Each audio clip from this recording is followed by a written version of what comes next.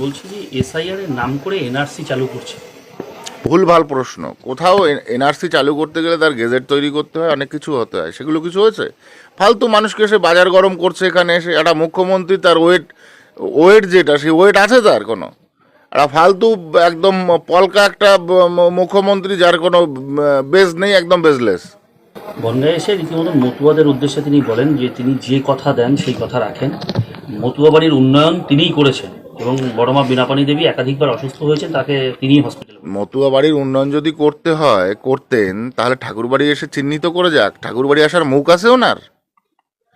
আমার ঠাকুরকে যেভাবে অপমান করেছে, ওনার ঠাকুরবাড়ি আসার মুখ আছে?